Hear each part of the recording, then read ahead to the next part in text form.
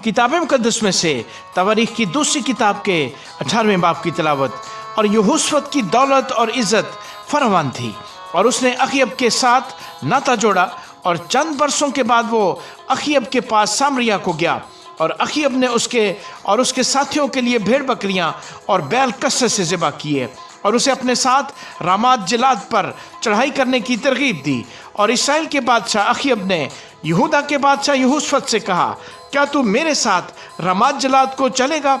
उसने जवाब दिया, मैं वैसा ही हूँ जैसा तू है, और मेरे लोग ऐसे हैं जैसे तेरे लोग, सो हम लड़ाई में तेरे साथ होंगे। और यहोशफत ने शाही इसराइल से कहा, आज ज़रा खुदावंद की बात दरियाफ्त कर ले।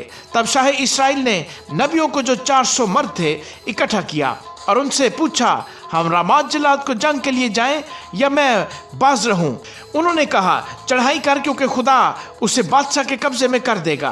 पर यहोशफत ने कहा, क्या यहाँ इनके सिवा खुदावंद का कोई नबी नहीं, ताकि हम उससे पूछें? शाह इसराइल ने यहोशफत से कहा, एक शख्स है तो सही जिसके जरिए से हम खुदावंद से पूछ सकते हैं, लेकिन मुझे उससे नफरत है, क्योंकि वो मेरे हक में कभी नेकी की नहीं बल्कि हमेशा बदी की पेशगोई करता है। वो शख्स मिकाया बिन इमला है। यहोशफत ने कहा, बादशाह ऐसा न कहे।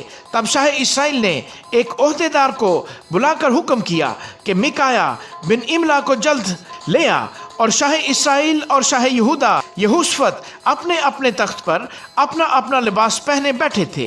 वो सामरिया के फाटक के मुदखल पर खुली जगह में बैठे थे, और सब अंबिया उनके हजूर नबूवत कर रहे थे।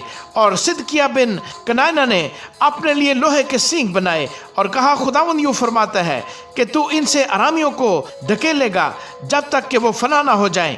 और सब नबियों ने ऐसी ही नबूवत की और कहते रहे कि रामात जिलाद को जा और कामयाब हो, क्योंकि खुदावंद उसे बादशाह के कब्जे में कर देगा। और उस कासर ने जो मिकाया को बुलाने गया था उससे ये कहा, देख, सब अंबिया एक जुबान होकर बादशाह को खुशखबरी दे रहे हैं, सो तेरी बात भी ज़रा उनकी बात की तरह हो और तू खुशखबरी ही देना। मिकाया ने कहा, खुदावंद की हयात की कसम, जो कुछ मेरा खुदा फरमाएगा मैं वही कहूँगा।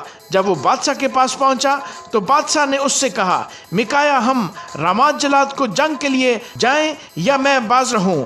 उसने कहा, तुम चढ़ाई करो और कामयाब हो, और वो तुम्हारे हाथ में कर दिए जाएंगे।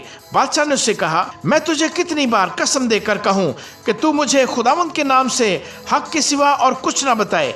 उसने कहा, मैंने सब बनी इसराइल को पहाड़ों पर उन भेड़ों की मानद पर गंदा देखा जिनका कोई चरवाहा न हो, और खुदावंद ने कहा, इनका कोई मालिक नहीं, सो इनमें से हर शख्स अपने घर को सलामत लौट जाए। तब शाह इसराइल ने यहोशफत से कहा, क्या मैंने तुझसे कहा ना था कि वो मेरे हक में नेकी की नहीं बल्कि बदी की पेशगोई करेगा? तब वो बोल उठा, अच्छा, तुम खुदावंद के सुखन को सुनो। मैंने देखा कि खुदावंद अपने तख्त पर बैठा है और सारा आसमानी लश्कर उसके दाहिने और बाएं हाथ खड़ा है। और खुदावंद ने फरमाया कि शाह इसराइल अखीयब को कौन बहकाएगा ताकि वो चढ़ाई करे और रामात जिलाद में मकतूल हो? और किसी ने कुछ और किसी ने कुछ कहा। तब एक रूह निकलकर खुदावंद के सामने खड़ी हुई और कहने लगी, मैं उसे बहकाऊंगी।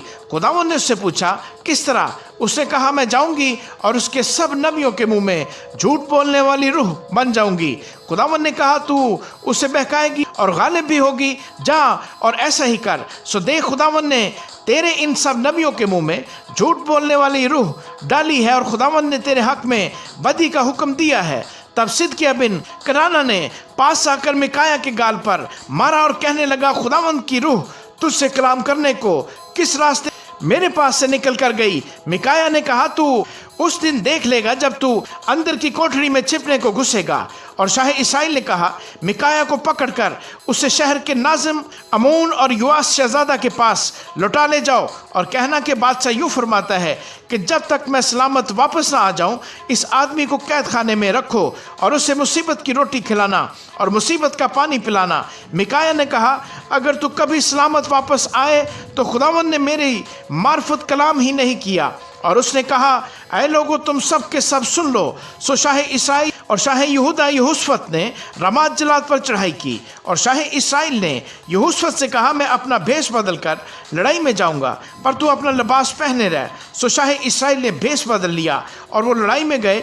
इधर शाह अराम ने अपने रथों के सरदारों को हुक्म दिया था कि शाह इसराइल के सिवा किसी छोटे या बड़े से जंग न करना। और ऐसा हुआ कि जब रथों के सरदारों ने यहोशफत को देखा तो कहने लगे, शाह इसराइल यही है। सो वो उससे लड़ने को मुड़े, लेकिन यहोशफत चला उठा और खुदावन ने उसकी मदद की और खुदा ने उनको उसके पास से लौटा दिया। जब रथों के सरदारों ने देखा कि वो शाह इसराइल नहीं है तो उसका पीछा छोड़कर लौट गए, और किसी शख्स ने यूं ही कमान खींची और शाह इसराइल को जोशन के बंदों के बीच मारा।